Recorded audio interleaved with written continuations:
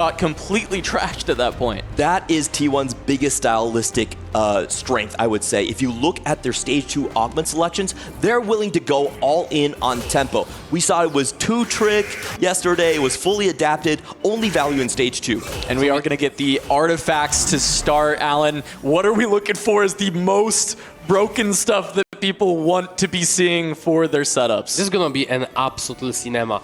This one is a solid decider on to go towards the rerolls. We can see some crazy stuff like Fishbone's Gene, Locket Mundo, GP with the numerous of the artifacts, or just in general. I would expect to see like at least 4 rerolls with the it's artifact encounter. I think that makes sense. It can even open up additional lines, Clement. We were talking about how even Silvermare Dawn opens up potentially Jace or Darius, even though 3-cost rerolls tend to be shied away from in 4v4. We have still seen the Smolder come out, and it's possible we could see something else. But the big ones immediately that I'm looking at, Flicker Blades, Mana Zane is just easy. Hey, this is either GP or this is opening up very powerful Sorks. I love those two pickups because they're very flexible. You can play the Ash lines as well. Mana Zane goes into both of the AP Fast 8s. And, you know, we were just looking at Bintum's board. He has that early Ahri. Ludens could open up those pathways that are less played. Things like Star Guardian, if you find the correct spots for them, it means that no one is going to be contesting you. Ooh, early pop from Maris, and we see there is a static shift, one of the better ones for the Kayle, and we'll see if he decides to play towards it. He did have early GP, but yeah, he just goes for the... Okay, wow, that's interesting. I like that call out with the static as maybe being another option, because he finds the GP and then just doesn't hit the best in slot artifacts for it. But of course, Infinity Force is going to be a fine pickup to add to the Gangplank if you decide that for your team, this is your slot. I love players that start their artifacts on 1-4. You want to stake out your claim on certain compositions. If you have a broken combo, then you can lay claim to that line immediately. We're going to get gold augments to start us off. And we see on the Binteum side already seeing the early hard bargain. Pretty good one for the 4 versus 4, given that it does provide you extra HP, which is pretty valuable across the board, but decides to roll past it, and we'll be looking probably at the slamming or too much value. Yeah, both, you know, just opposite sides of the same coin, right? We're either going for our fast 8 with Slammin', or we're going to be committing to reroll with the too much value. And I think Bintum is just waiting for the rest of his team to find their spots. And as you see, every other T1 member has picked their augment, and now Bintum gets to decide, is he playing fast 8 this game, or is he rerolling? And we already see the reroll options coming out from Keon, Treasure Hunt there. As Alan has said, this is most likely going to be a reroll heavy encounter coming into this one. Too much value being selected by Bintum. That goes really well with the Kai'Sa composition. This is actually his most played reroll so far in the tournament. And we see that, as you mentioned, early Luden with the Ahri, however, he did go for the too much value, so not as good with the Ahri as you would like it to be. Yeah, I mean, it's still deciding on his artifact. If he's committing to the Kai'Sa line, I mean, I have to assume Gold Collector is maybe the best one that Kai'Sa can pick up out of these. I mean, maybe there's Mittens for attack speed, but it just doesn't really make much sense. Better on melees. Light Shield Crest is all the way probably the best one. It gives you the protection on the backlane when there is so much pressure, but opts to go for the Mittens instead. Maybe he's a GP player. Yeah, it does give you that 60% attack speed. We have seen some Mittens build really accelerate melee carries quite a bit. Things like the Volley Bear you could play later on. But as you said, he does have that too much value, so most likely still going for the 2-cost. SCSE here, just going for a standard mage line opening. He has the additional Mogul's Mail coming in from the artifacts, and you know, probably going for Sorks most likely. Interesting, he just goes for the Moguls instead of going for the Gamblers here, just to double down the double offensive artifact. So what you do usually with Moguls, you hope for Reforger, and you just send it on the stage 4 once it provided enough value, given the item falls off heavily past stage 4. And I do want to point out we have 2 Golden Destiny players, so we haven't checked out where those artifacts are going to bring us. There's a lot of variance here. Random artifact, a random first one, augment, extra gold going into it. Those are really going to decide the shape of the game. Yeah, and it really is just the pick because of all that extra gold. You're just getting more than everyone else is getting with their gold augment, even though you don't get to choose, but you have to be adaptable. You have to be ready to go what direction your augment might take you. As we see starting out, Bintum does end up taking that loss there, and we have Maris able to find the early win streaks with the Gangplank. I wouldn't be surprised if Bintum goes for the fast 8 here, not a reroll line, given the Hodge slam, it could indicate all-out Cassante with the mittens. Yeah, that's And also go a really for good Hodge fight. Akali, mittens for the Cassante as a replacement for one of the DPS items. And then we see Inaudible's Will on the Dunizuni, one of the strongest tank artifacts right now, especially goes very well with the Unstoppable. Do you think we have a great setup for the Jin Mudo line? He did Destiny into just heroic grab bag, so playing around that 2-cost reroll, one of the strongest playstyles for T1. This is so much econ from Dunizuni. The extra gold from Gold Destiny, extra gold from the heroic grab bag, so definitely will opt on the reroll side. And then we see Kian going for the treasure hunt, rerolling Jin Mundo, as it looks like, or perhaps Kai'Sa. Yeah, very likely to be the Jin Mundo. As you said, could end up being Kai'Sa with those items, but the treasure hunt has been a very powerful augment. We've talked about these golds time and time again. Treasure hunt, solo leveling being some of the main two that are finding a lot of success, but also we've seen that treasure hunt sometimes fall flat when you select the wrong reroll line or your opponents are able to jail you. Yeah, and I think judging from what VP has done in the past, they don't want to let the Mundo play solo. Kian has been put on that duty before to just block the Jin Mundo line from going forward. He's already up 2 Mundos, so I think he will be contesting Juni. On the other hand, for NCC1, we already saw the Wits End so far in this tournament. That's usually been going towards the Akali, so that's going to be a very good line for them. They're very familiar with the all-out line. Taking some stock of the initial streaks as we get onto the carousel. We had SCSC, Maris, and there was one other member of Virtus.pro on the 3 streaks. And at the bottom of the tables, there was also 2 Virtus.pro members and 1 T1. So Virtus.pro holding on to some very good streaks to kick off the game. And the key thing for the first carousel is always who is going to be on that GP contest. So far, we have Maris very well established into that line. I know that T1 is not going to let him play this solo, so the question is who is going to be the one to transition into that one? Is it going to be Bintum with the mittens that is more likely closer, or is it going to be one of the other players that has not committed?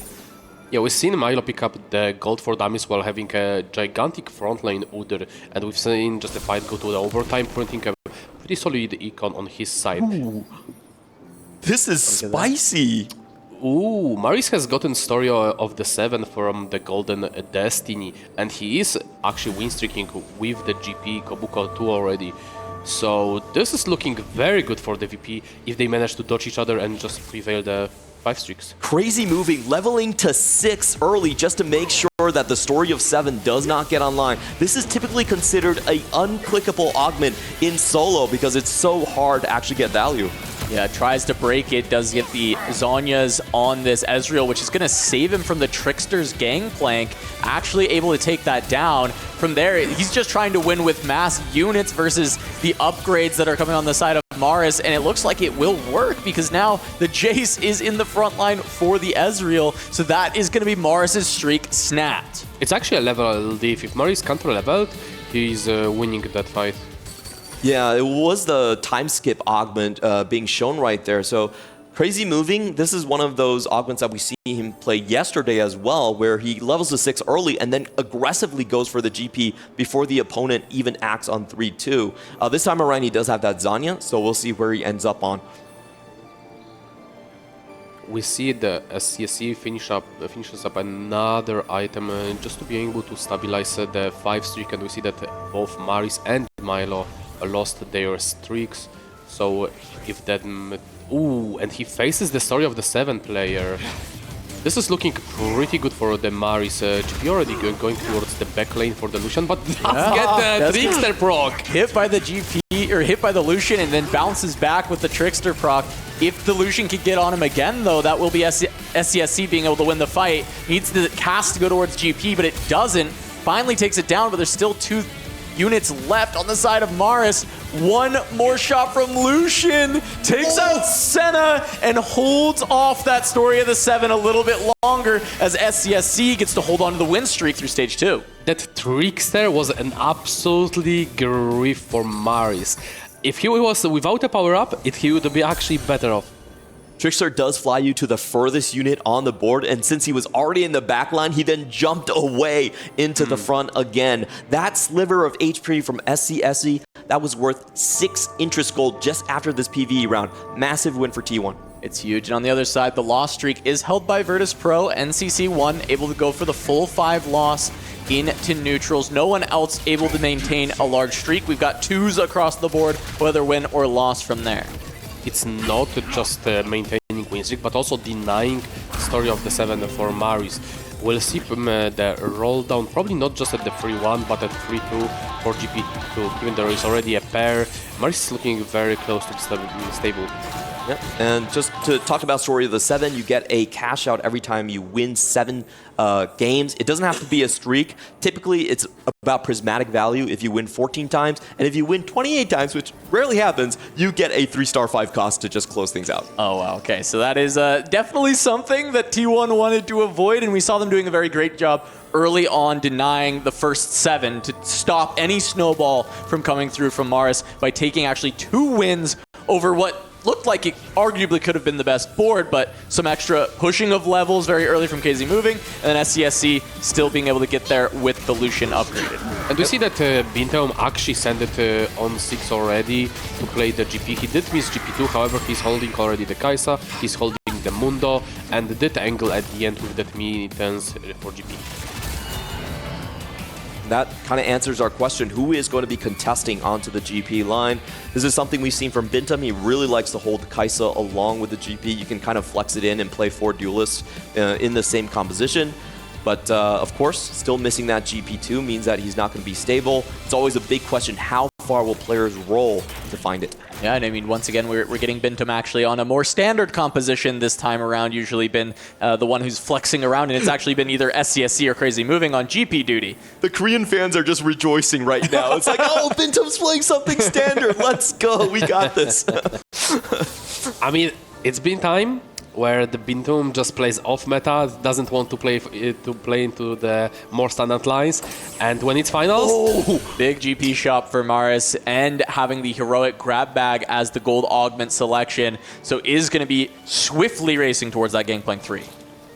Absolutely, having already 4 GPs with the heroic grab bag being essentially 6, it might skew the plans of the Bintaum, who had only 1 GP and he has to still roll for the GP2. Only having 1 roll per round with the current board.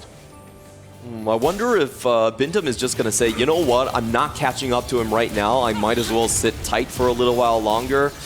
Even if he rolls, I don't think he can stabilize against some of these boards coming out from VP. And I mean, looking at Maris's GP, there's a little bit of the limit to the cap. We've seen this before when you don't have the attack speed item, that sometimes Gangplank actually just can't get through the giga-capped boards at the end of the day. But I'm wondering if Bintaum maybe does an all-out pivot instead. I mean, if you think about it, Striker's Spell provides you attack speed, Trinity provides you attack speed, so is the Kraken Fury, so this is all 3 attack speed items, so it's not too bad without the Rage Blade. Ooh, every team so far we've seen in the tournament, outside of 1 game from EVOS, when they have a full win streak, they go on to win the game. It's so critical in 4v4. You gain so much HP you can lend to your teammates early on, and he's playing a fast 8 board that is full streaking. Yeah, fast 8 board, full streaking, looking for the Sorks. And immediately, though, look at this, the streaks right now. 3 T1 members on big win streaks. This is their comfort zone. This is how they dismantled Citadel in the quarterfinals is, okay, you want to play some slower, greedier comps? We are going to push the tempo of the game as hard as possible and chunk your HP so you don't have a chance to come back. This could look like a lean towards level 8 kind of board. Play 4 Jagger, 4 Edgelord, pivoting to the Volibear from the Bintaum side. Now that he's only at 1 GP, he might try to look for the GP2 and try to pivot into the Volibear instead. It's kind of crazy because he already has the set 2, so he does have the pieces for the Edgelord Volibear set up quite well here. Takes And we a see he's pretty holding critical Mundos. win. The big thing for Bintaum, though, is he was down at 10 gold at this point, so he's basically sent all the gold trying to find the Gangplank, didn't do it. I agree with you, though. Still, looking to get out of Gangplank, I think makes the most sense. Just play as high tempo as you can now, deal a lot of damage, and then just hope you can kind of find that level 8 board to bleed out slowly. And we're taking a look. Critical 4 cost coming up right here is going to be the Yuumi, I believe, for one of our BA players already set up. Crazy moving. If he gets that Yuumi, that's going to be huge. Milo already in denial duty. Now, on the other hand, NCC1 going for the all-out comp, confirmed. Oh, there was a Jinx. Don't you like her as a critical forecast? No, not really. If I'm being completely honest. I'm sorry, Jinx. Didn't even accept Samira as a bit, and she ends up being the last unit on the carousel. Terrible that we're not getting to see either of those, but as you said, right, NCC1 looking towards potentially all out, but for now, it's going to be a Boulevard. Yeah, this is the critical board because if he falls down to 8th place, there's massive HP advantage on T1. They can manipulate their pulls if he's out. We talked about the protect and target strategy. This is going to be the critical point. If NCC1 does not stabilize, then massive favorite to T1. NCC looks like he's angling towards all-out Cassante, with the items being Widsent plus Morellovite stuff on the Akali and the Eon Striker's Veil on the plus IE on the Cassante, but still missing the crucial pieces. However, Volibear is quite a menace on the stage and should be a good stabilization tool, killing enough units to not bleed out too hard. Yeah, I mean, this time going up against Kion, who is also his teammate, also on the massive loss streak, and we see there, I mean, it's the Mundo, Jin 2, it looks like maybe one extra copy of Jin and Mundo, and then playing around just the Gnar 2 for now. I think Kion's spot is certainly not looking amazing. He has a lot of gold, but he's losing health very quickly due to T1's pressure. And it always feels bad when you're playing the all-out composition and you're forced to roll on 4-1. I think that's... we have seen all-out have very, very good stats throughout the tournament, but it's typically been natural pickups because everyone's more focused on the AP lines in Prodigy and Sorks. Absolutely, and you can play a proper defense when the NCC is the player that you want to send 8th. There will be definitely a denial coming from the T1. And Bintum able to hold on to the streak to 6. SCSC finally has the streak snapped on 3-5, but it still feels like a phenomenal position to be playing that fast 8 board. This is crazy how much econ he's sinking playing contested versus Kion. Kion does have the treasure hunt, so I can kind of understand trying to deny your opponent, but still, that's a lot of resources sunk, and it doesn't look like it's ending up well for Dooney Juni. He's still 2 copies off. Yeah, Dooney is just part of the strategy of just pushing the tempo, right? Just getting as strong as he can right now, hoping to win rounds. I think they're accepting Dooney Juni is very likely to go down quickly. However, he's just trying to win rounds and unfortunately gets trickstered by the gangplank. And this would be the first cash out for Maris, so he finally gets that first juice and gets to play with an augment, essentially. Mari's finding that the GP 3 before even stage 4 is so crucial. Forces pretty much Bintelm's hand to pivot out of the GP into that Volibear line, maybe even Cassante, but that's more doubtful. And Maris cashes out the Golden Orb from the story on the side. Oh, and we see an early roll down coming in from NCC1. I didn't feel like he really had the econ to do so. I mean, he had the... Like, also he could have had better interval for the 4-1, but he felt like he doesn't have time to do a full pivot.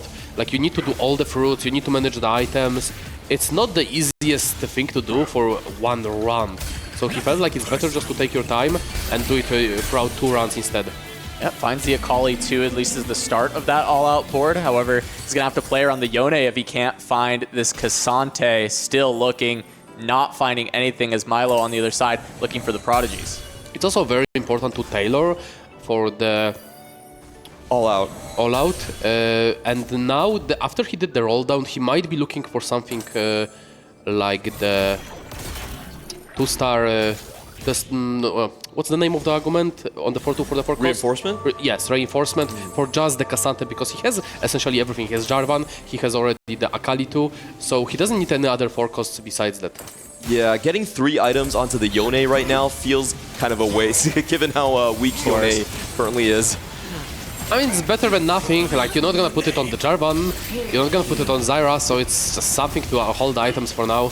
Yeah, obviously, Cassante 1 would be just straight up better. I suppose it's a bit better than the Boulevard one that was there before, right? And is just trying to find the upgrades that you can, and at least the Akali on 4-1, Akali 2 with these items is going to be able to carry a lot of these fights to try and buy some time for NCC1. And Dooney Juni, while spending all this gold, just continuing to donkey roll down to 0, has not been able to find any stability to keep winning. So Dooney Juni now heavily at risk of going 8th, and that starts to hurt the T1 strategy of health preservation. Yeah, I think both Milo and NCC1 will be stable rather soon, and Dooney Juni is most likely going to be the 8th place player here. So for T1, that puts a lot of extra pressure. They need a win out. If you have an 8th place, you need a win out, or else you're looking for the blowout. And it's possible that SCSC or Crazy Moving could be that one. They both were kind of win streaking with fast 8 compositions. Now they're looking through the roll down. We found a Karma on the side of SCSC, at least a pair as well, but the Jarvan was hit by NCC1, so it's going to be a bit tough to find that last copy. SCSC, sorry. Got it. A lot of letters. SCSC is going to be the most important player because Crazy Moving is playing Prodigy. That typically can't be your win-out composition. How the Sork will do now when you have Dooney free falling, it's going to be critical. He is the most important player right now for T1. So this is a bit of a problem for SCSC because when you miss on all of your 4-cost copies that you're angling, then now all the T1 players after doing the roll down, they will be holding, as we see on the SCSC bench, the Cassante. So now hitting for SCSC anything but 1 star will be pretty much impossible. However, the Akali 2 is just such a powerhouse that she will be able to stabilize you.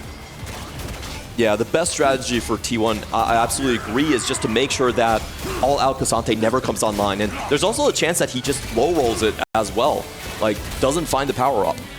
Meanwhile, we see Bintel still winning on the back of GP1. Like, Bintum's going crazy. Did you see that Bintum win streak? That was illegal. He had 6 win streak on GP1 contested. It's insane. But he always, it feels like he always does this. He always finds some way to just turn these terrible spots into big wins. As we see Karma 2 hit from Milo, it's going to make it tough for SCSC again. As you said, SCSC might need to be the win-out player for T1, and all his units are getting taken out of the pool. That is so cool, because he originally had a Yuumi board, and he's like, no, I know my win condition is just to make SCSC not be able to win out. So he pivots the entire way.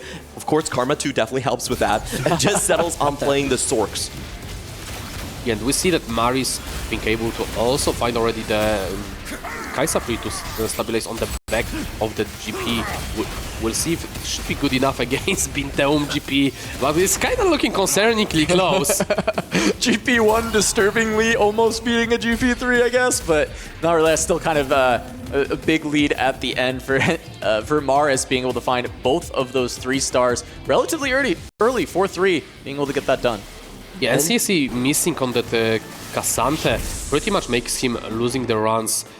And we see that Crazy Moving also has Cassante too, so yeah, but everything but Cassante 1 will be impossible to hit, and Yona is just not good enough of a holder. Well, it looks like he does have the Cassante 1 now. It looks like it was just picked up maybe in that last round, as we see on the carousel, getting that holistic look on all of these boards, and maybe Cassante 1 with the all-out can at least stabilize a little bit longer, to not take the 8th and actually send Dunizuni there. There's at least 5 copies of Cassante being held by T1 right here, so the chances of him getting all-out Cassante 2 are incredibly slim. And this is the problem with all-out. If you're playing it from behind and you want to stabilize it, Cassante's a great tank in every other single composition. Yeah, and it's a support Akali, so she doesn't have that good of a scaling, like such as an Archangel, some Hodge, something that can actually make her a carry. This is just a utility. And he missed. Did not find the all-out. I think he has one more chance. It looks like he removed. No! Doesn't get it. Oh. No, that was tailoring. No, that was tailoring. That was tailoring. There we go. There we go. Yeah. I thought I jinxed it. I was scared for a sec, because the first time he put it on Cassante, couldn't find it, but then the tailoring came through. Then he's able to get there. So it is all-out Cassante, even though it is just 1 star, and we saw production put up only 4 Cassante this left in the pool. buffing was pretty solid from the Cassante, just taking out Jin right away. The little of the misstep maybe on the positioning, unless it was intentional just to donate some HP. It might have been intentional, right? Because this is a Virtus.pro member, this is Kian on the other side, so seeing as how NCC1 still has potential to cap out this board further, and they know that Dunizuni is on a free fall, it might be worth keeping him around a little bit longer, especially considering the HP values and the board strength of SCSC and Crazy Moving. I definitely think it was intentional, because all he has to say is, Jin on the left side, Akali, please come and collect me. So it's very easy to set up. And that's the best part when you are playing the Akali. You don't have to remove her, you can just set up so your backlane carry dies right away to the Akali. And Binteum finally finds pivotal upgrade, GP2. Yeah, and it looks like he did decide to stay on the GP track and just kind of contest some of the rerolls on especially the Kabuko, which we saw that Maris was actually kind of approaching on Kabuko 3 as well. So I'm a little bit worried for Bintum now, also kind of starting his free fall. This is a bit surprising that CSC is choosing to play Rise over Cassante too for that front line, especially that he has cannon there. So like just getting a protector and the massive front line for the swords. Now this is not going to be intentionally positioning. This is crazy moving with his 5-win streak, trying to take out NCC1. If he can do it here, that would be the 8th place. Oh, the for Zonya's, VP. the big Zonya's protecting this Yuumi, and she gets another cast to take down the Akali, and that's just going to put NCC1 on a single life. They're trying to get Dunizuni out of there without the 8th. That was a huge win, but they need one more, as Dunizuni, I don't think, can win too many more rounds, and he's at 11 HP himself. And we're going to have to be paying close attention to all the removers across the team right here, because they have to sack for NCC1. Dunizuni is going on his way out. There's no way to salvage his position. Dunizuni is guaranteed losing the next fight. It's just a matter if the NCSC gets a teammate or he doesn't to sack for him. Perhaps he has Dunizuni in the pool. Yeah. He could just eliminate right there. That would be the best situation for VP. They can hold on to the removers, save them for later.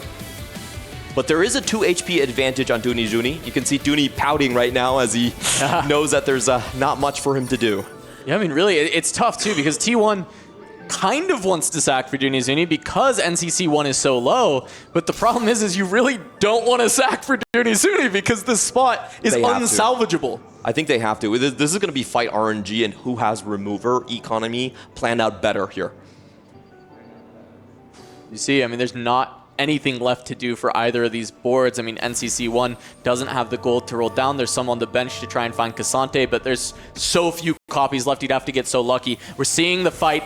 Bintum is the one facing NCC1, and on the other side, it looks like that is going to be the Sorks board going up against Dunizuni. It's Milo. He's definitely not winning that, so the question is, can Bintum's Gangplank 2 deal with NCC1's board? And I'm not so sure. I'm sure the game is balanced and GP2 cannot possibly win against the NCSC's board. Stop that, stop it. You say this, and yes, it is true. Dunizuni will go out in 8th. Bintum going to take another chunk, and NCC1 lives to fight another day. So now the big heroes have to be Crazy Moving and SCSC for T1. Crazy Moving, of course, on a huge streak still. SCSC, well, I guess it got broken now, but SCSC still at the top of the tables. And it comes down to Bintum needing to avoid this 7th, because I don't know that a 1-2 is going to be possible. I believe we've just seen from Kian the Astral Beast Mundo with the Warmog, Locket, and Anima Visage. That Mundo is not dying anymore.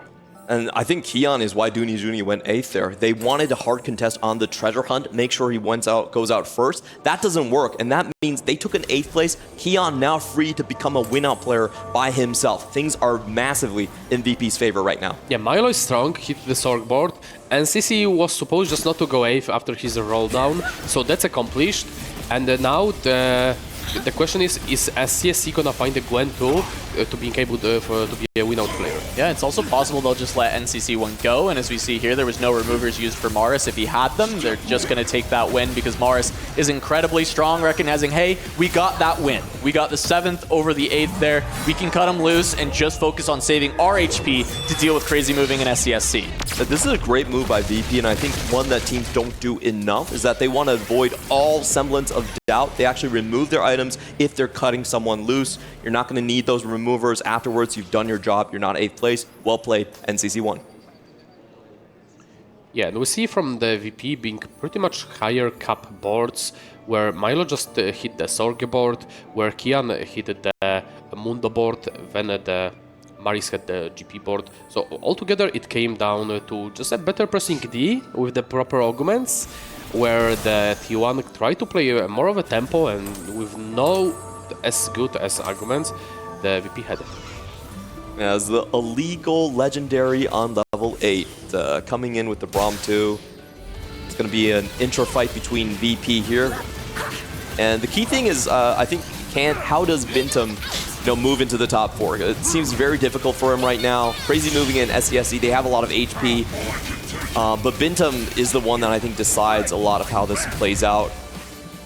I think the hard thing is, right, is Milo's board is not weak at all. Able, like you said, kind of illegal to find the 2-star 5 cost on level 8 with the Braum, but also finding the most important 5 cost with the Gwen on level 8 to join this Source board. So Milo doesn't feel like he's going down anytime soon. Kian has the Astral Bis Mundo, has the 2 cost reroll from the treasure hunt gone together. So neither of these boards look particularly weak, and while Bintum has found the Kabuko, the Gangplank is well out of reach.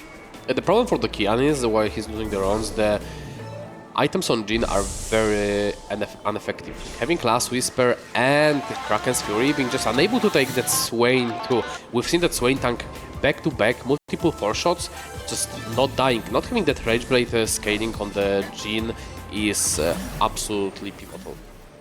It's really a race to the bottom between Bintum and Kian right now. Kian is very strong with his Augment Treasure Hunt, but he's also on 13 HP. So the best thing for T1, Kian probably, you know, runs into his teammates. They were able to take him out. Kian, as you were mentioning, might even lose to Crazy Moving's board on the Sorks as well. Doesn't have a lot for that backline. Yeah, how do you kill this Leona, honestly, as Kian? Like, yeah, you have the gigantic Mundo, but that doesn't matter. The Crazy Moving has that scaling coming off of the Malzahar and Yuumi, so like even though Kian has that nice Mundo, it's still not gonna be good enough because it's just lacking DPS. Crazy Moving, not able to find the Yuumi 2, but does make his way to 9 and finds the Seraphine to get 5 Prodigy in, while still having a lot of HP to work with. So as much as, you know, the spot for Prodigy is not great for getting first, Crazy Moving should have an easy time finishing in this top 4, and just needs potentially SCSC to be the one who gets the TP2. GP2!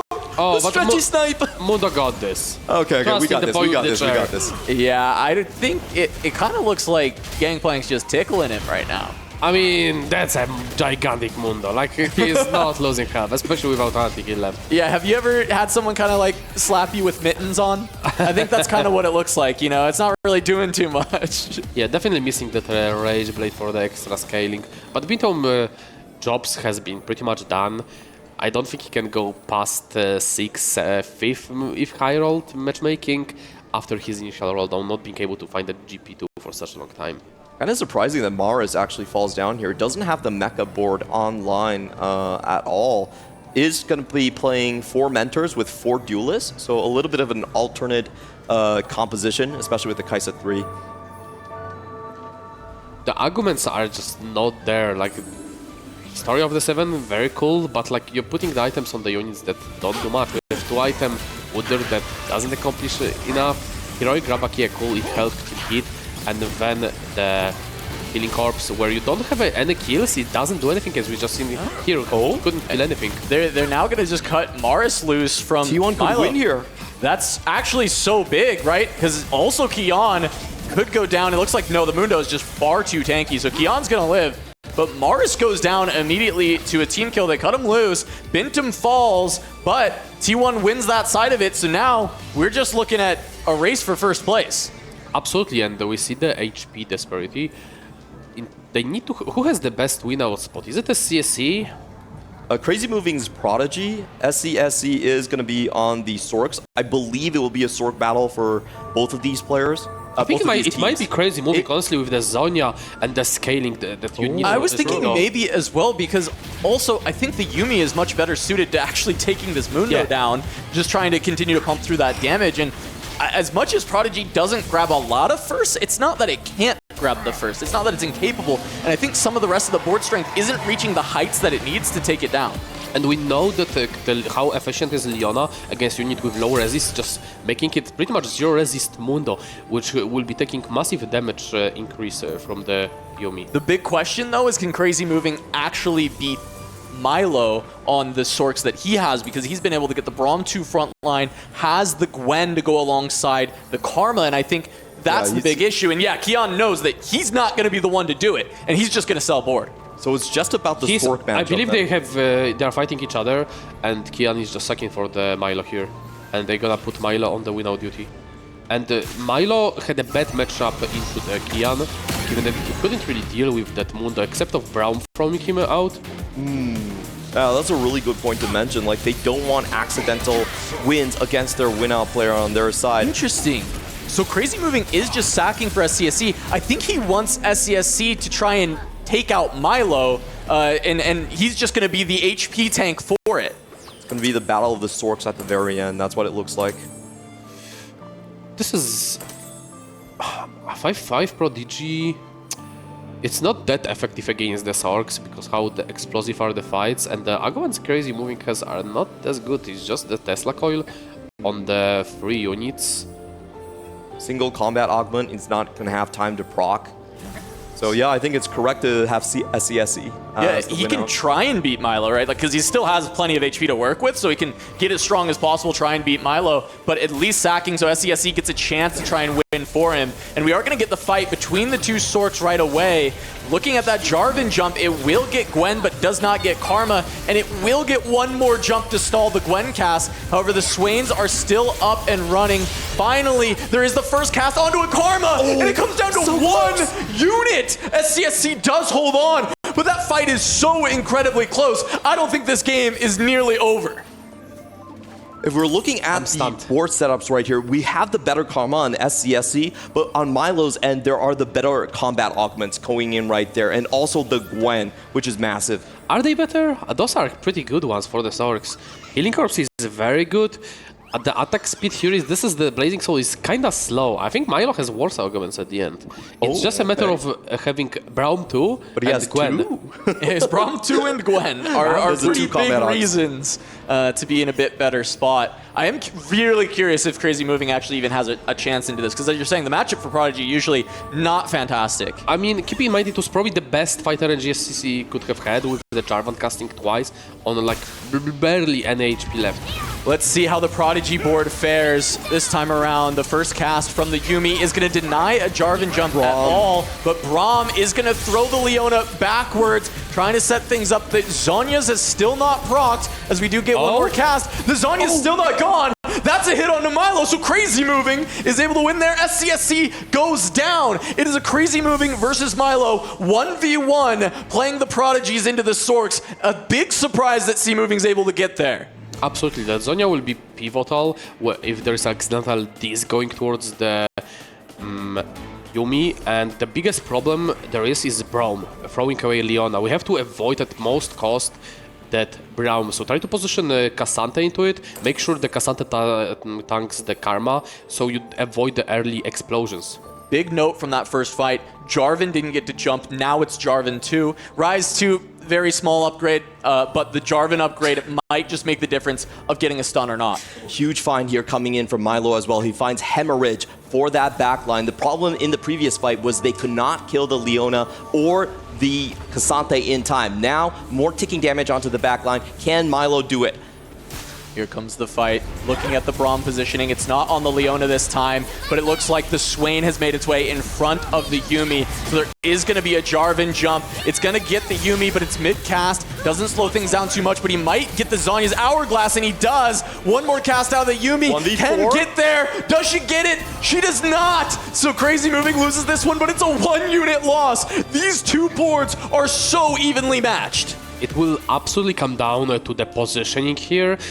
We've seen pretty much a good one from the Crazy Moving, just tanking with the Cassante, the Karma, avoiding the early explosions, but again, the Braum. Oh, okay, this is looking green. When two, but there's not a good sell. You could do Rise. No, just Rise, sell, and roll again. You can buy Udyr to play a Mentor, but it has to be the play. Yeah. Could think that he has 2 lives here. 3 items with Hemorrhage, you have to sell the Rise. You're correct.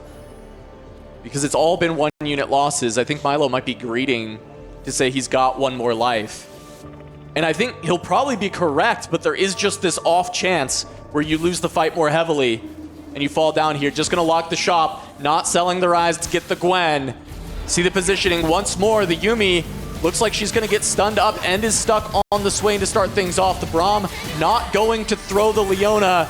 There's the big damage onto Leona. She's finally going to go down, but the Zhonya's is already procced for the Yuumi. That's the big problem here as the disc comes out, but it goes down. The Cassante can't quite get there. Braum holds on, and you have to think that the Gwen 2 is going to make this not even a contest anymore. Final cast from the Karma, the disc there, just right before she died was crucial. You could think that actually Rise mattered there, with the Mentor giving the extra mana per attack. Could have been better even than the Gwen 2. And then the Eon on the Braum, just prolonging the fight, allowing the disc to bounce between the units. And Milo should have 2 lives here, so he has plenty of chances to kind of finish the job. Crazy Moving does have the PvE round. We're going to see what he can get from that.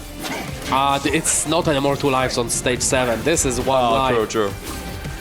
So now it's all or nothing on this fight, but Milo's been able to upgrade the board, whereas Crazy Moving doesn't really have anywhere to go with the board to make it any stronger. I mean, really, Seraphine too, but is that going to make the difference in the fight? I'm not so sure. Okay, hear me out. Remove items from Seraphine, put the items on the Ezreal. I think it's weaker. I think Ezreal is better than Seraphine. Come on, guys. I'm serious. Really? She's too slow. Ezreal actually does more damage than Seraphine. Maybe not the Seraphine 2 though, right? And he's actually even going to make a copy. How about 2 Seraphine 2s? We'll see about this AoE. I mean, he's just got to try something, right? See what he can do. He gets more value from the Tesla coil as well by having the Shadow Clone. It will also be dealing damage, as we're going to see Milo versus Crazy Moving. Last bastion for each team to see who will win game 1. First is all that matters. Leona holding onto the tank in the front line. Burst damage. Throwing up the damage. The Zhonya's has procced. Everything's gone. Too much from the Gwen. And Virtus.pro take game 1. What a close game that was. We had T1 with massive HP advantages on stage 3. We thought this is exactly where they want to be, but their rerollers, they look really bad. Bintum stuck on that 1 GP, and also the contest from Dooney Juji against Treasure Hunt not working out. As you mentioned on the start of the game, the Battle Academia doesn't cap as high as Sarks, especially once you reach that Braum 2, Gwen 2.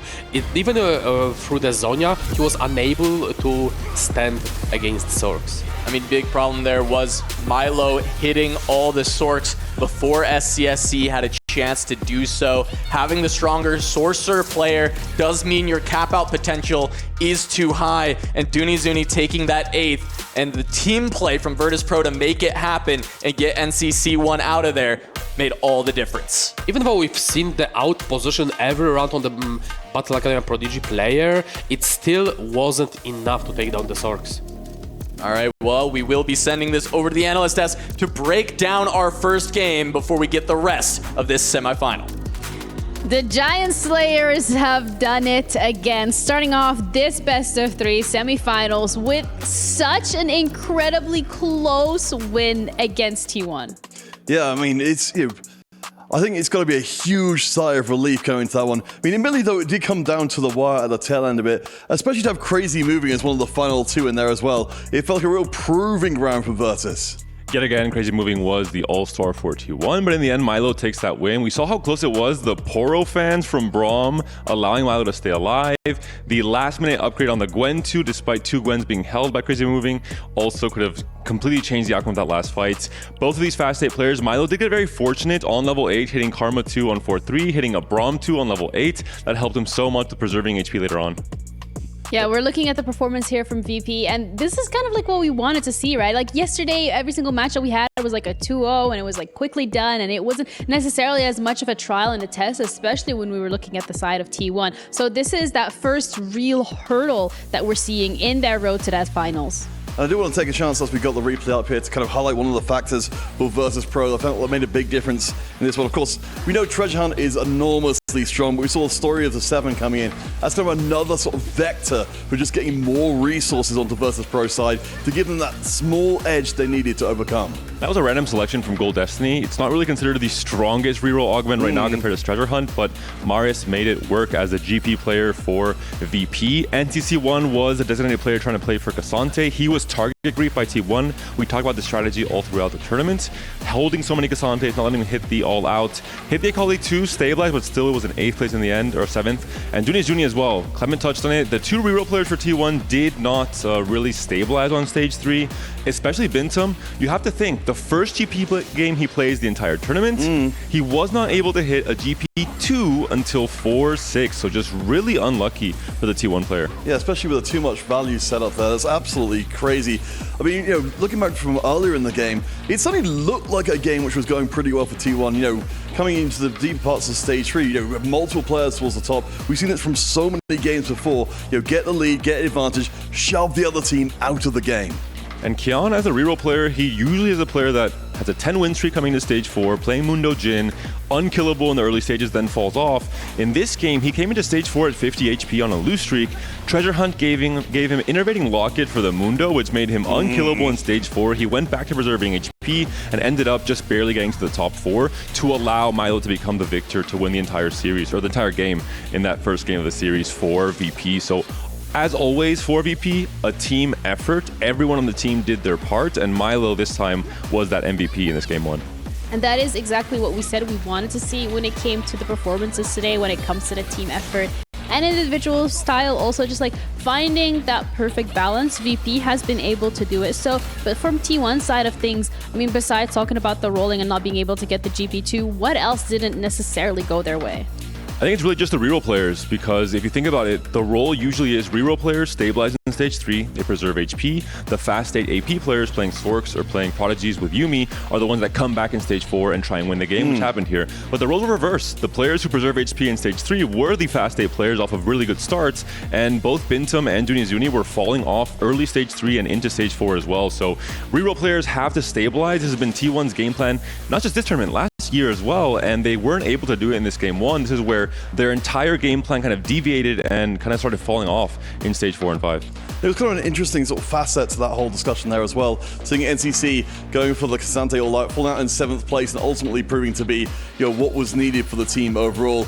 I'm really fascinated to see how this series develops overall, because we've obviously got the weight of the rest of the tournament behind us, but we've got only a few more games honestly across the rest of the tournament for our teams to find the very best form of 4v4. Yeah, this is genuinely the time for T1 here to lock in and to stick to that strategy that they are so known for, that they have pioneered themselves. Maybe they want to try something a little new, or they have an ace up their sleeve, but this is the only game that you truly get the chance to test it out, because it is a best of 3 and you only have 2 more matches left if you want to go touch that trophy.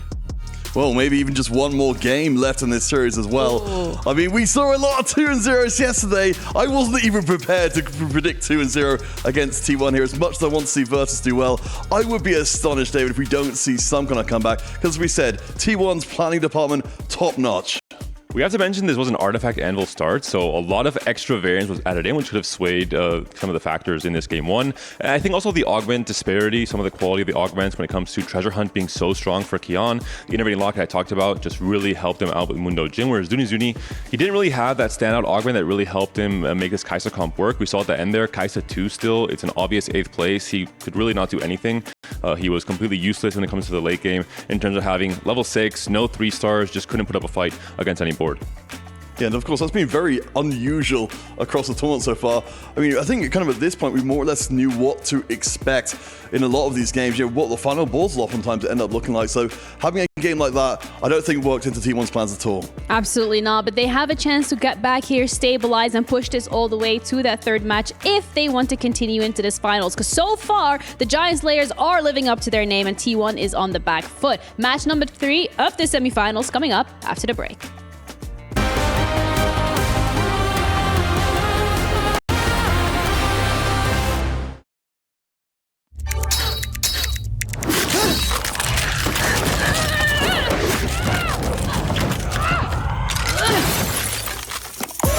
Reach your impossible, Lenovo Legion.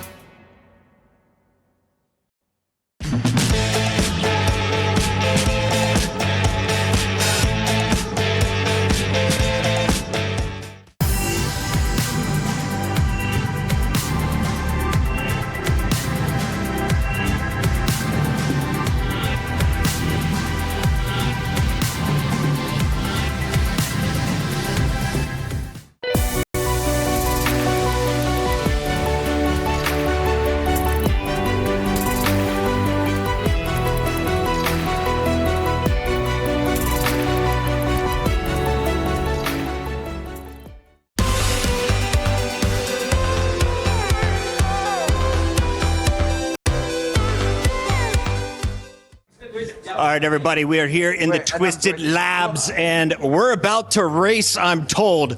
We've got some of our TFT Arab commentators on the excellent stream, and of course, Dawood, are you ready to race? I'm excited. Do you know how to race? I don't have a driver's license. I think we just stare at our car and try to make it move. Okay. as hard as I possibly can. I'm holding my breath and it ain't going anywhere. Right now we're checking Oh, with we're waiting Adham. on Adham. Yeah, Adham is one of our gotta fix your Arabic TFT talents, and Ihab is the head of operations at GK, another esports org here. So, Riyadh, have you lost a race yet today? Not really. Okay, well, you're about to. Yeah. sheesh. Because I got the power. Oh, we all got green lights? Almost. Almost. Someone may be. Oh, here we go. Yep. All right. And they're off. Focus. 3, Focus. 2, 1, go.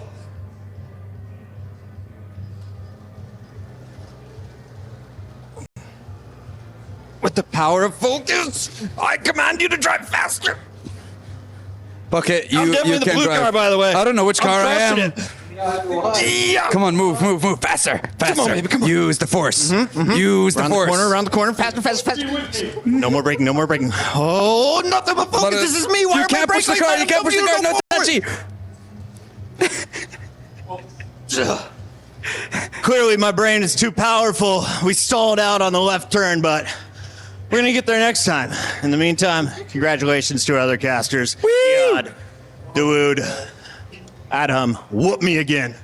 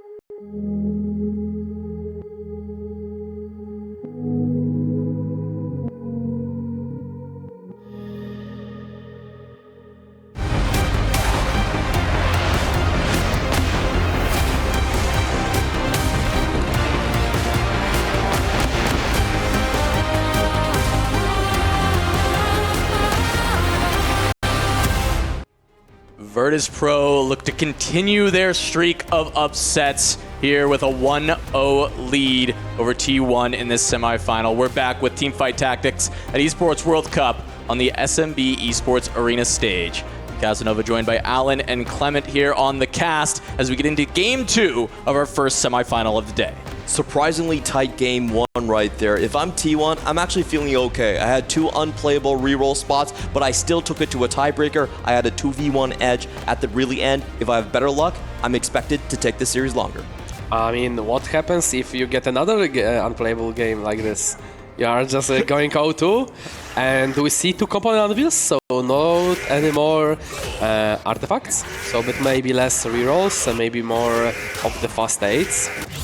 Yeah, you could force your spots a little bit more with the 2 component anvils. Make sure you get those best in slot items for your carries. For GP, for your GPs. Everyone can get best in slot GP items. Absolutely. Because what we've seen as we do jump on board with Milo, our hero of the last game for Virtus.pro, being able to win in that 1v2 at the end against Crazy Moving and SCSC, who have been honestly kind of the MVPs of T1 over the course of this tournament so far.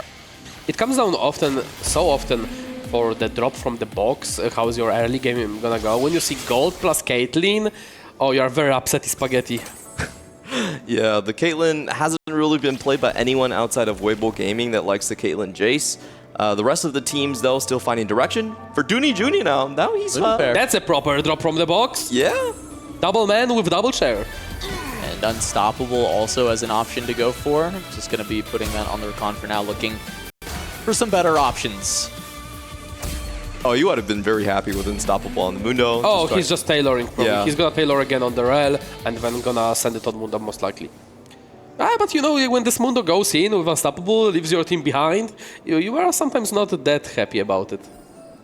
think more so in the late game, you're less happy when he leaves the backline behind. Early on, sometimes that is just crazy. But we are going to get Dunizuni waiting on that fruit once again. It does seem like an easy option for him to be in the Mundo Jin seat, though, for T1. And we have seen a lot of teams, especially a team like Citadel or Aegis, when they get that Mundo 2, it opens up the directions for their compositions. You can fast 8 off of a Mundo very easily in stage 3.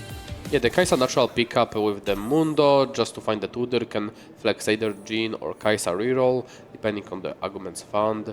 Ooh, we see the hard bargain. The Solo leveling. Oh, with Mundo, you see the smirk on the face on the... There might be Mundo 2 coming with the solo leveling. He has Titan Slam or Sunfire Slam.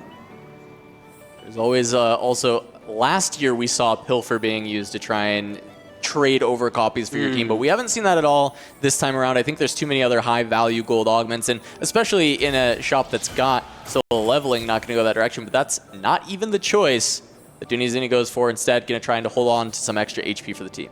Yeah, gonna go for a hard bargain. He already has 2 free component anvils, so it works out in this encounter quite well. You can still get the items you want later on with a lot of value. I find it a bit surprising he didn't opt for solo leveling. Could have picked up like Eon, could have picked up Rage Blade for that Mundo. On the solo leveling, it would be quite potent. I wonder if there's other teammates that want to go into a more tempo path for T1. As we were talking about, T1 typically likes to play their games with 2 very strong streakers on stage 2. Maybe one of his teammates had a better spot for it. I mean, it's still like you avoid picking solo leveling there if there is another teammate picking solo leveling, or if you absolutely have no unit.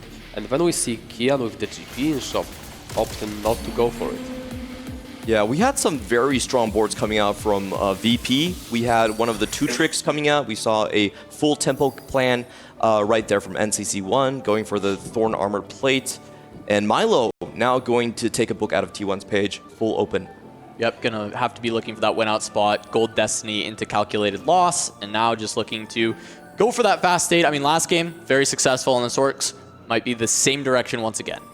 Windaum pressed the last game, not very successfully. He'll try again. This time he'll swing with the Katarina instead with the Battle Academia argument. And when we see the key on board, that Swain with the Diklo plus Bramble is so speedy. This is such a good Sork spot from Kian. Just having this Beast Slams due to the component anvils.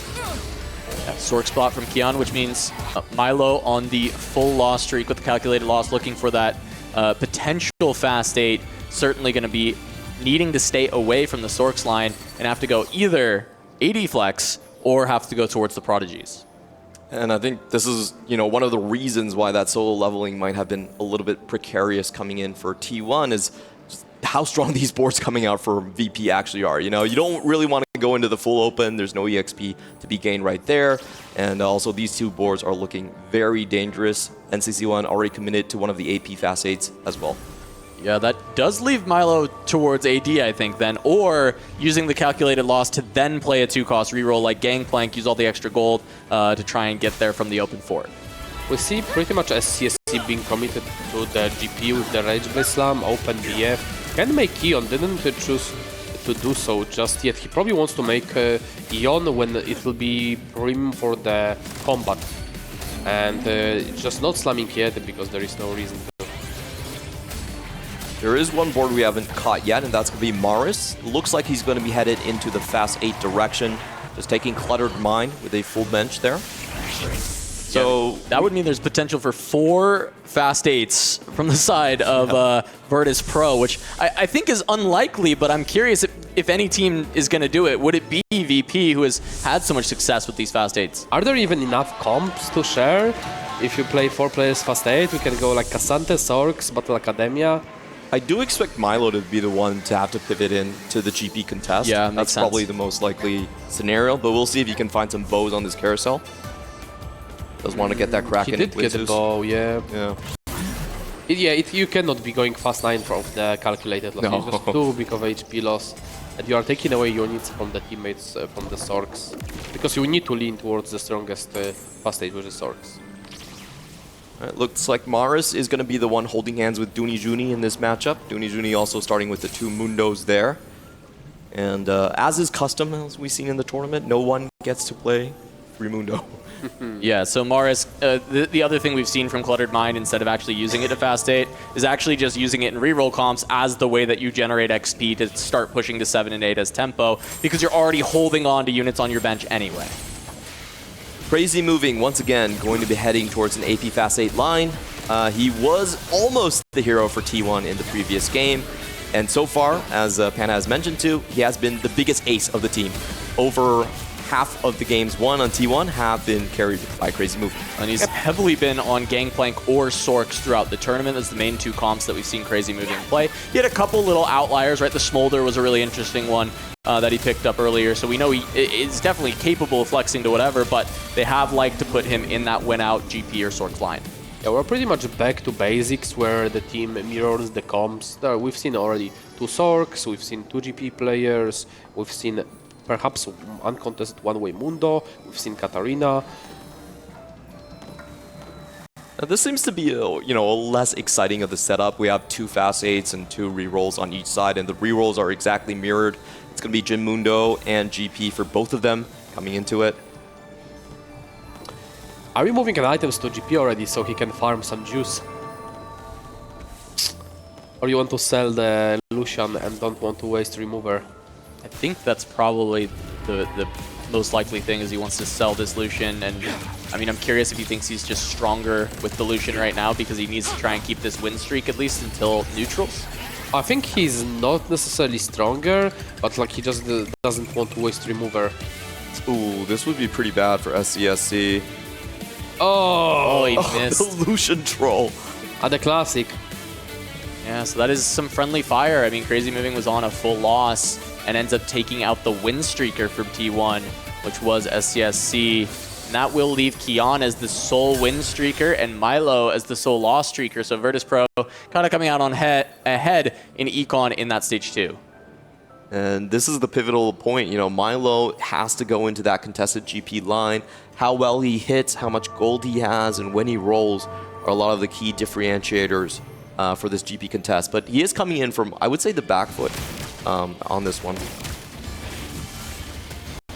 Usually you want to maximize the calculated loss to go fast 8, lose until 3-5, but it's not gonna be the case here. You want to preserve that HP, it's a bit more valuable than a bit of more coins here and there. I think the fact that the calculated loss came from the Gold Destiny will mitigate the fact that you don't get to use the calculated loss to its full potential, because you're still going to get a little bit of extra gold from that Gold Destiny. So by just going to 6, looking for the Gangplank, and in fact, we've seen Econ Augment first into Combat Augment being kind of the better solution for Gangplank than the reverse frequently in this tournament when they are directly contesting, because this is just more money than what SCSC has to work with.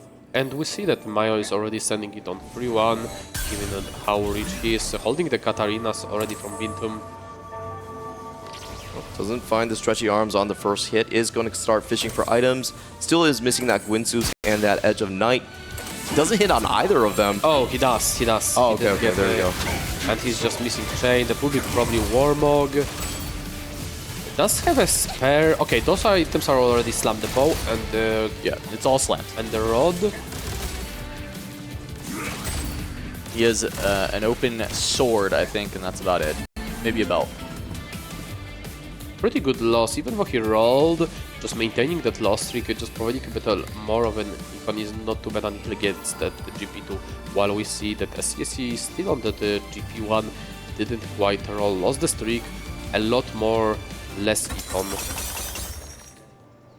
Taking a look at the Bintum board here, he obviously has not found the Katarina 2. Looking for Rolling for Days, is going to settle for Climb Ladder. Obviously a lot of BA units being played there. And Katarina typically does die last on this board, so great combat pickup. And SCSC also gets the GP2, so critical hits for both of the T1 players. See if they can stabilize this stage. They're both on double combat augs as well with these hits, so I think it's very likely that they're going to be able to find a lot of wins in stage 3, maybe even deep into stage 4 especially with, just having this Battle Academia augment in and having the 5 of the trait online. Also followed up by the climbed ladder, which is really good in the vertical Battle Academia, and then having already the upgrades, being able to stabilize. And we didn't get to see it earlier, but Bintum did hit over 9,000 on stage 2. So this is a win-out composition for him. Typically, we've seen the Katarina comp. If you don't find those Radiants to add onto her, very difficult for that win-out situation. With over 9,000, there is a chance. I mean, just a matter of how much AP and mana regions she gets, where it's priority to get mana region. Once you get to the 6 mana region, she becomes very obscure.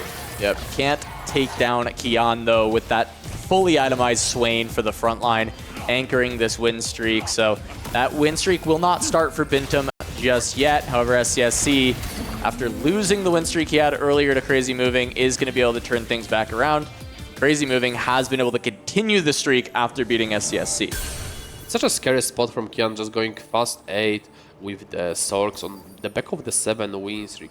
And we see there are 2 players contesting actually Jin Mundo from both Maris and Dunizuni. Yeah, I think across the board, Milo's spot is the most dangerous. Even after hitting the GP2, he's continued to free fall. Calculated losses is great. You want the lose streaks, but maybe it's a little bit too much. It's a 20 HP deficit compared to the 7th place player on T1 now. 10 HP from Bintum. Yeah, but Bintum, of course, as we were talking about, hitting, all of those combat dogs, hitting the Katarina, doesn't feel like Bintum's going to continue to free fall. Obviously, having a bad matchup into that just like turbo tank Swain, maybe this Mundo will give the similar issues, but the Unstoppable has moved it pretty far away from the Katarina, and she is going to get backline access now. So, hey, you know what? You're right, Alan. Unstoppable on the Mundo, maybe not working out this time around, as Bintum is going to be able to find that win. Of course, this is against Dunizuni, it looks like, so it is just going to be a team kill, unless the Mundo just continues to win anyways. As much as Unstoppable is good into like GP players because it can drag out even Strategy Arms GP away from you, against Katarina it can be horrendous. This is exactly the example of the fights it can go. Finally, Kian gets stopped. SCSC's Gangplank is actually able to get the job done against the Swain and cut that win streak short. Of course, I think a lot of the damage is done with Kian getting towards those Sorks. Yeah, and for both of these teams, the win-out player has most usually been the Sork player. So between Kian and Crazy Moving, I think is the most pivotal matchup. Who can hit earlier? If we're looking at Kian, he already is slotted in with a Swain fully itemized and, of course, the Cassante coming in. So I have to give Kian the edge here. For VP, the plan is just to keep it equal in the bottom side of the lobby and then just win out with Kian. Yeah, having also the Fire Sail and the Torn Plated, which are really 2 good arguments, where Fire Sail can provide you so much value across the whole game, especially if you're pretty much guaranteed to go into stage 5, stage 6, within your current spot. Yeah, Crazy while Moving being so healthy. Tried to catch up on the econ here, right? Like, had the Gold Destiny, which is some good early economy, and then actually takes Placebo to just needs gold, like trying to make sure that he can roll at the same time. Placebo and Fire Sail, man, I feel like VP has a very strong edge in this Sork race. Absolutely. Hitting here the piercing side is not very optimal from the golden side, from the golden argument, but and being unable to stabilize throughout the stage 2, Crazy Moving having to play pretty much from the low streak, like just being broke, and even with placebo being unable to push 7 while remaining the econ might be a very bad sign for T1. Tough. He was on a 3 streak before this, but he lost his last fight, and I think he was really hoping to hold on to that with the Lux, maybe try and find a 2-star Lux and then get towards that direction. But at least it seems he's not too far behind in gold for Kian. For now, neither of them push 7 on 3-5 naturally. They're both just making econ, and Crazy Moving was just 1 pump away, and I have to imagine Kian is similar. True, and looking across the board, I feel like NCC1 might again be in trouble. We saw this from in the previous game where he was just playing fast 8 AP.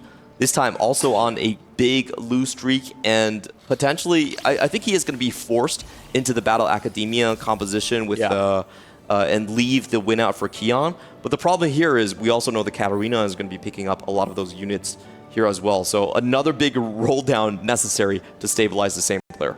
I mean, even if he hits Karma 2, there is no way he's pivoting. He has a good items towards the Sorks. I think you just stay at it. even though your teammate is leaning towards the Sorks. You think just play 2 Sorks, same team, just try and push Crazy Moving out of the line, especially because maybe ahead with this loss streak? Yeah, it could be the plan, honestly. Like, if he hits 0, you miss, and he hits Karma 2, like, what do you do? Of course, right. Yeah, you just kind of are forced to play it at that point. He's going up against SCSC, who finally had his win streak snapped. It is now Maris who has the win streak in this game.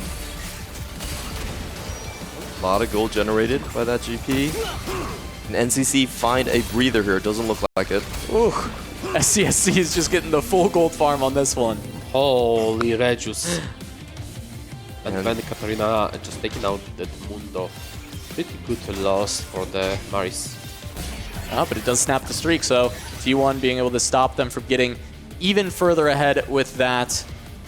As NCC1 is still on our watch list. There's the Karma pair, so we are going to see that in action of having to be going down that Sorcerer route, contesting his own teammate as well as Crazy Moving. Yeah, regardless, I think you should always hold the Karmas, even if you want to pivot out, then you can kind of time the sell sale them later. Right? Yeah, and then have your teammate pick them up right afterwards. This is, again, another low roll game coming in for Bintum. I just checked his board. There's only 3 Katarinas. So there that is is big defense heavily being played. Yeah. And he did pick up Katarina 2 on his initial roll down. So is it really low roll? Last game he low rolled. No GP2 until like stage 4. Now Katarina on 3-2. You can't be too sad about it. And we see that players are not willing to send it at 4-1. Will be grinding for the maximum econ, even though it's only essentially 1 econ war for Crazy Moving to push it here and roll down. He's not opting for that just yet. Maybe he's gonna be waiting for the...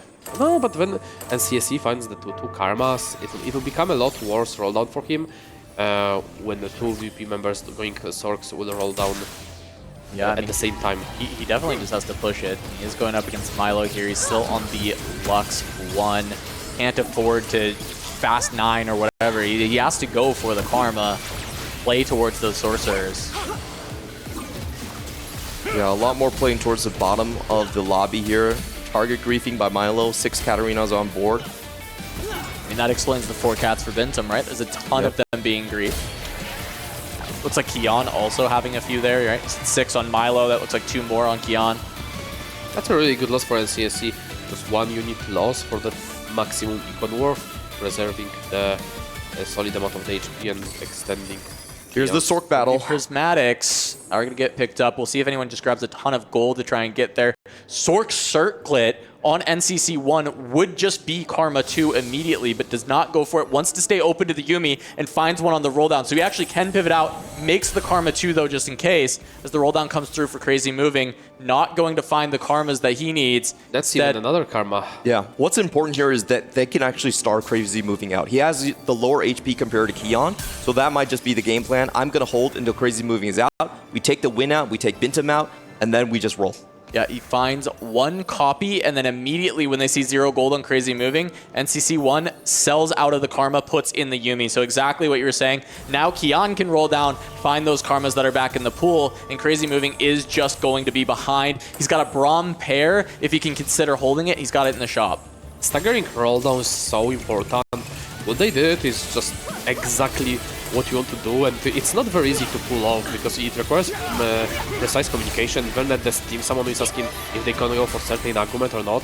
So like clear comms and really well played from Kofi. I mean, Virtus.pro just showing exactly why they've been able to topple so many giants in this tournament. The team play is impeccable. They were able to rescue NCC1 last time, and once again, they're trying to, but NCC1 has to sacrifice the spot that could maybe pull him out of this loss streak to then instead make it so Crazy Moving's game is boomed and Kian is unleashed. Thinking ahead, that is the key thing right there. There's a Karma 2 right in front of me, but I know my teammate has the HP lead. We can play a different strategy, start Crazy Moving out, and then go for it. However, Kian still needs to stabilize by himself. This is the important thing. The Karmas might be back in the pool. It's still up to you to find them. Yeah, they haven't been found yet, and that does mean that Crazy Moving can roll down every turn and might still find the Karmas first.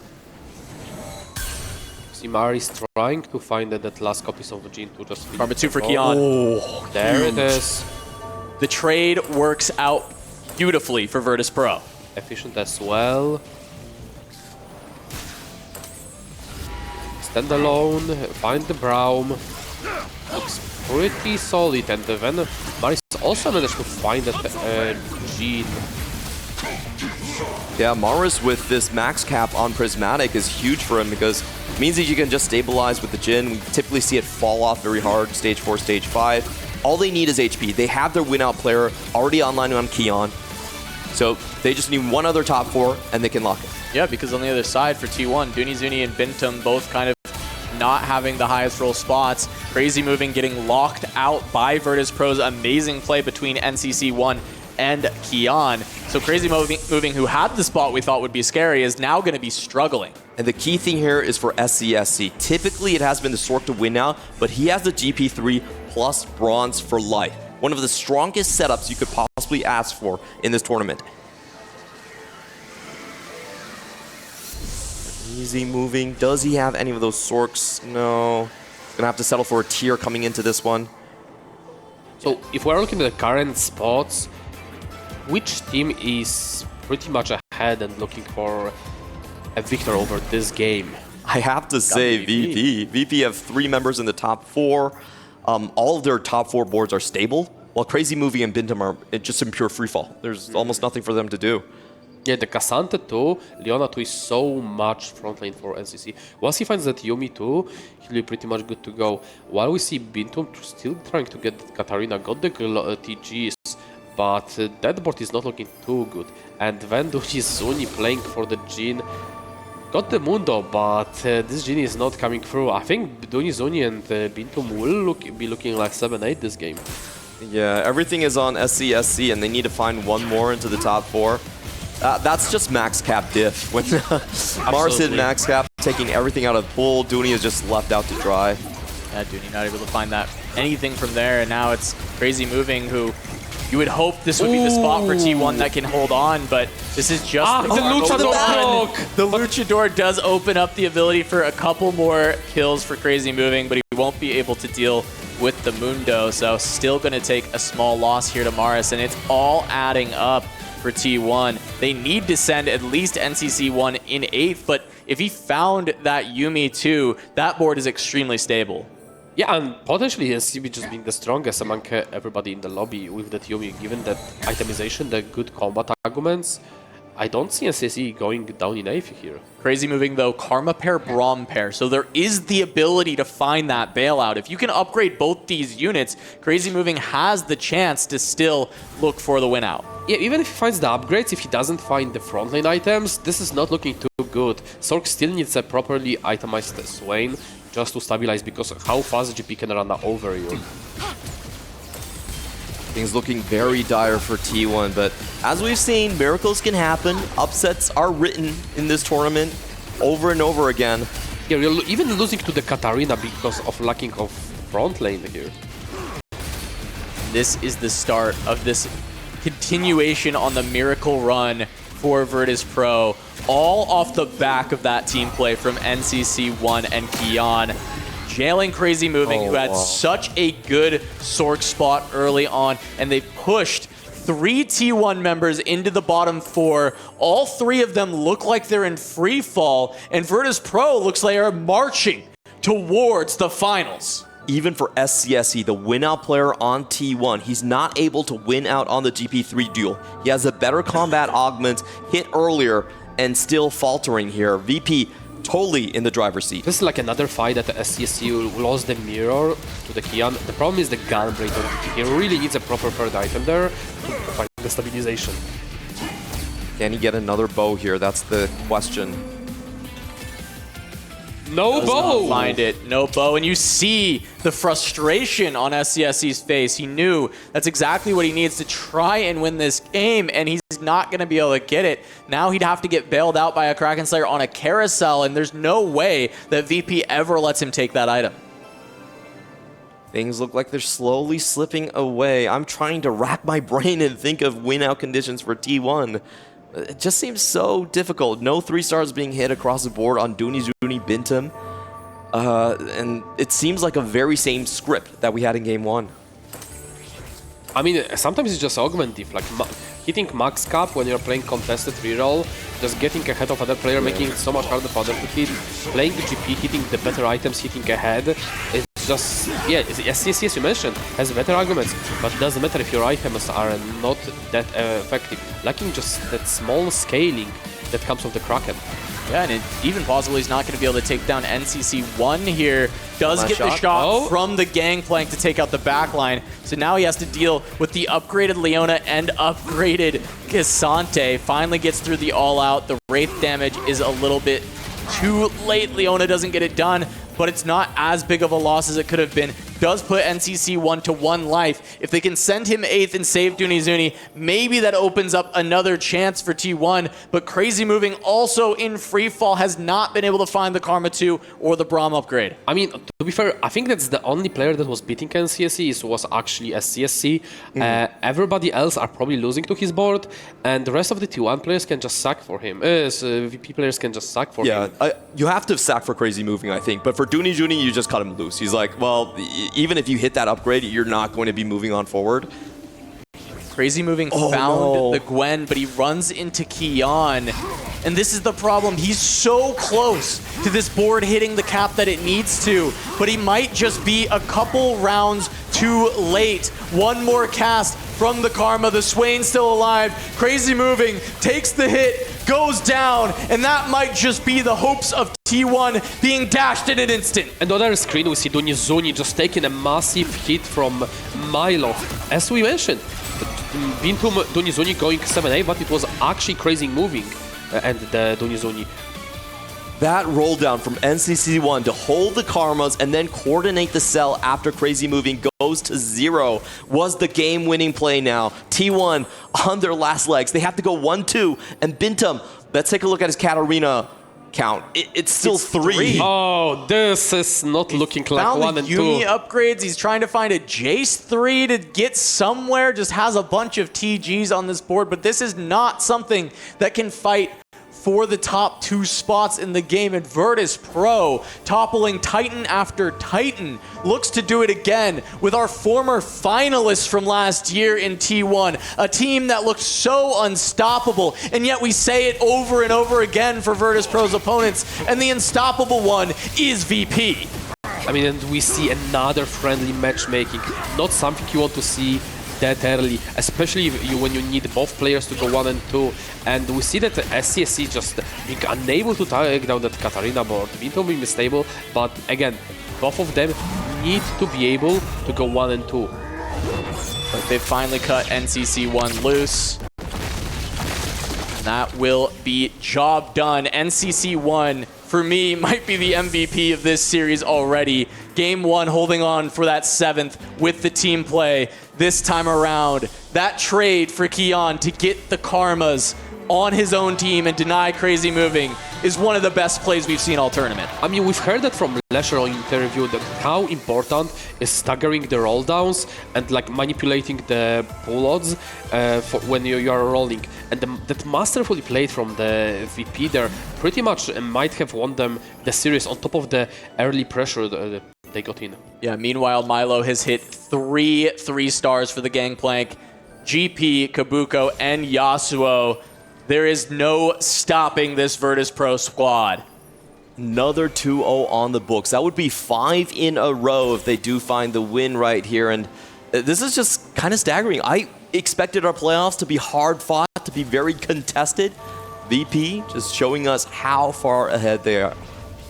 I mean, it might be another story, same as last year. Wolves being underdogs and coming in clutch, winning out. What if the VP is gonna just repeat the same story this year? Definitely could be, and I'm really happy for these players right here. The job isn't finished yet, but I don't really see a pathway. Bintum still trying to hit that Rakan 3. We see a lot of holds on the other side for Maris, even as he's going out, potentially. Yeah, trying to break through the Mundo. Fortunately for Bintum, there's the Luchador trigger, which will let him get rid of the Jhin. So still strong enough to beat Maris, but SCSC takes a loss to Milo. I don't know if they can get there. That's a lot of HP gone from the side of T1. Milo, 3 big hits for the Gangplank. Feels like Virtus.pro are going to get away. Well, the first step for T1 is that they have to eliminate Marius, get those copies back into the pool, hopefully build up Bintum. Again, they have to play 1-2, so not even a third place would suffice for them. The worst part for CSC... Look at this for Marius. Trying to go for the Katarina free before Bintum. But the problem for the CSC is that he has no backup 3 stars a part of the GP. So like nothing really to like we know how important is Yasuo free, Kobuko free for the final cup of the board, and then having very unoptimal third item for the GP, which has been gambling, lacking the damage. Well, at least there is a Katarina 3 back in the pool, so maybe Bintum has something to look forward to. Still, the odds of this are extremely low. Okay, wait, hold on. Bintum just beat Milo's triple 3-star Gangplank board. So maybe there's something cooking with this this Battle Academia setup, and we can't speak too soon on this. One more item drop here can fix SCSC's Gangplank items, and maybe open up a world where T1 is not out of the woods. Prismatic into Masterwork. That would be a huge comeback. We have seen it in previous games where Prismatic just kind of rewrite the entire story of the board right here. And with the GP losing, is it possible? Can Bintum get something to spike him even harder? The question is, do they have enough HP for each other? Because SCSC has 2 HP, Bintum probably at 2, but they have to ask, okay, SCSC is never a win-out player here, so it has to be Bintum on the back of that Katarina, but again, that's an over 9,000 Katarina. Scaling since stage 2. Can he make it? Yeah, he still has 2 lives for SCSC, at the very least here. Doesn't find a great item for the GP, probably just, yeah, it has to be Infinity Edge here, right? Yeah, it needs to be third item. It could be GS as well, technically.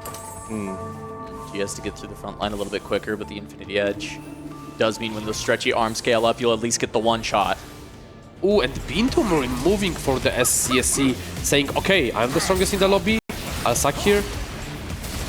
Yeah, they will be successful, I think, with this positioning. Also, the removers and the positioning is going to give some space for the Gangplank.